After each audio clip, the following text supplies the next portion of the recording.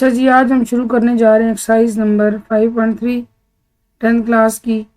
तो इसमें देखें जी, आपको गिवन है यू 1 से लेकर 10 तक, ए गिवन है 1 3 5 7 9 और बी आपको गिवन है 1 4 7 10। फाइंड आउट क्या करना है, वेरीफाई करना है।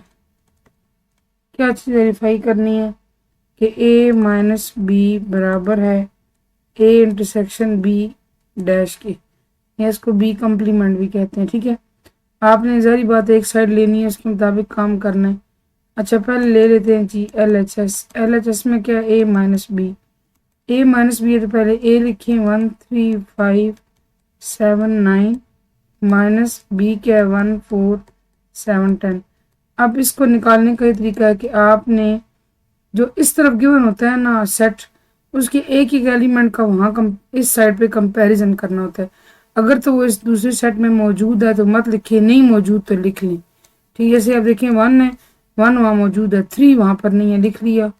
5 भी नहीं है, 7 है और 9 नहीं है।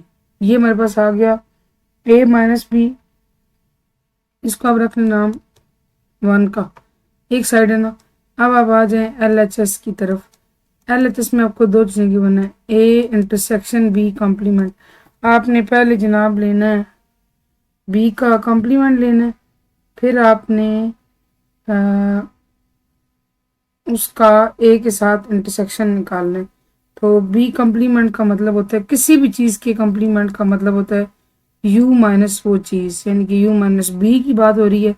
तो यू माइनस बी, यू है जी 1 से लेकर 10 तक, 3 4 5 6 7 8 9 10 माइनस बी आपके पास है जी 1 4 7 10। ठीक है, अब आपने क्या करना है, आपने इनको देखिए 1 मौजूद है, नहीं लिखेंगे, 2 नहीं मौजूद, 3 भी नहीं, 4 है, 5 भी नहीं, 6 भी नहीं, लिख लिया। 7 मौजूद है तो नहीं लिखेंगे, 8 और 9 दोनों नहीं है, लेकिन 10 है तो वो नहीं लिखेंगे। ठीक है, ये आ गया। अब आपने इसका इंटरसेक्शन लेना है किसके साथ, ये था आपका बी कॉम्प्लीमेंट। अब आपने उसका ए के साथ इंटरसेक्शन लेना है। ए में 1 3 5 7 9 इंटरसेक्शन 2 3 5 6 8 9। अब आपने ऐसे करना है, इंटरसेक्शन में हम कॉमन से निकाल लेते हैं। 3 कॉमन है, 5 कॉमन है, 9 कॉमन है, और ये है जी इक्वी नंबर 2। आप 1 2 का नाम ना भी दें तब भी देख लें कि LHS और RHS के आंसर्स बराबर हैं। ये 1 देखें 3 5 9, 2 देखें 3 5 9। It means hence LHS is equal to RHS, और ये हमने चीज़ कर दी है। अच्छा, ये चीज़ें ऐसी हैं जो आप छोटी क्लास के पढ़ते हैं, आपके लिए मसला नहीं है। पार्ट 2 आपने इसका खुद सॉल्व करना है, पार्ट 3 भी आपने खुद सॉल्व करना है, और इसके अलावा पार्ट 4 भी आपने करना है। इस पहले क्वेश्चन के जो है ना वो जितने पार्ट्स हैं आपने सारे को हल करने हैं।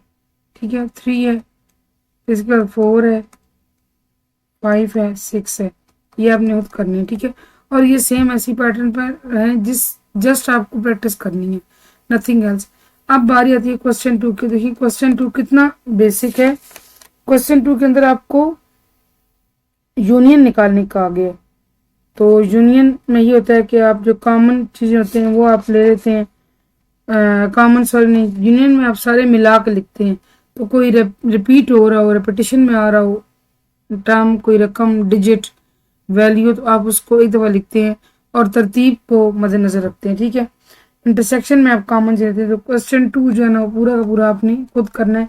ये बच्चे वो चीज़ें हैं जो आप बेसिक करते आए हैं। कब से करते आए हैं आप,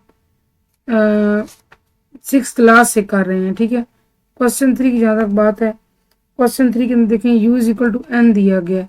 n होता है नेचुरल नंबर, नेचुरल नंबर हमारी गिनती होती है लेकिन स्टार्ट होती है 1 से। ठीक है, ये कंटिन्यूस है क्योंकि सारा का सारा नेचुरल नंबर आपको दिया गया।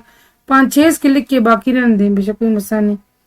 और इसके बाद आपके पास a आता है 5, ये आपका है जी खाली सेट, इसको आप कहते हैं एम्प्टी सेट, कुछ भी नहीं है। बी आपका है पी के होते हैं प्राइम नंबर्स 2 3 5 7 9 नहीं है 11, क्योंकि देखें जो है ना प्राइम नंबर्स, वो नंबर होते हैं जो 1 पर डिवाइड होते हैं या अपने आप पर, उनके और मल्टीपल जिसको आप अपनी जुबान रखें, उनके और मजीद पहाड़े उनके नहीं होते, उन पर मजीद टेबल्स नहीं जा सकते। जैसे सबसे पहला प्राइम नंबर 2 है, फिर 3 5 9, इसलिए नहीं कि 9 बचे, उस पर 3 3 जा 9 भी हो सकता है। 1 और 9 के अलावा उसका एक मल्टीपल और बन रहा है, लिहाजा 9 शामिल, तभी आपसे पता है। तो बस ये लिखिए कॉमन से, बेसिक से, तो आप इसको कंटिन्यूस कर लें। क्यों, आपको पूरा का पूरा प्राइम नंबर सेट कहा गया। डी मॉर्गन्स लॉ करने में आपको याददानी करा देती हूँ कि डी मॉर्गन्स लॉज कौन से हैं। ठीक है, आप देखें डी मॉर्गन्स लॉज होते हैं जी, A union B intersection is equal to A intersection, sorry, A union B complement is equal to A complement intersection B complement. ये आपका एक लॉ है ना। ठीक है, डिमार्गन्स के दो ही लॉ हैं जो इसमें आपने करने हैं। एक आपको दिया गया कि A intersection B whole complement is equal to A complement, तो ये इंटरसेक्शन यूनियन बन जाएगा बी कॉम्प्लीमेंट। और ये सेम एज अबव मेथड से आपने फाइंड आउट करने हैं। ये ऐसी चीज़ें नहीं है कि इन पे हम टाइम अभी वीडियो में लगाएं। क्यों, क्योंकि ये चीज़ें आप बेसिक हैं, पढ़ते आए हैं, ऐसा कुछ भी इनमें इशू नहीं है। ठीक है, हाँ जहाँ बात आती है वेन डायग्राम्स की, तो वो चीज़ें मैं आपको ज़रूर कराऊंगी। वेन डायग्राम्स नया कॉन्सेप्ट तो नहीं है, मगर समझने वाली बात के अंदर आ जाती है। ठीक है, तो ये जी हमारे क्वेश्चन 3 कंप्लीट हो गए। 4 शुरू करते हैं।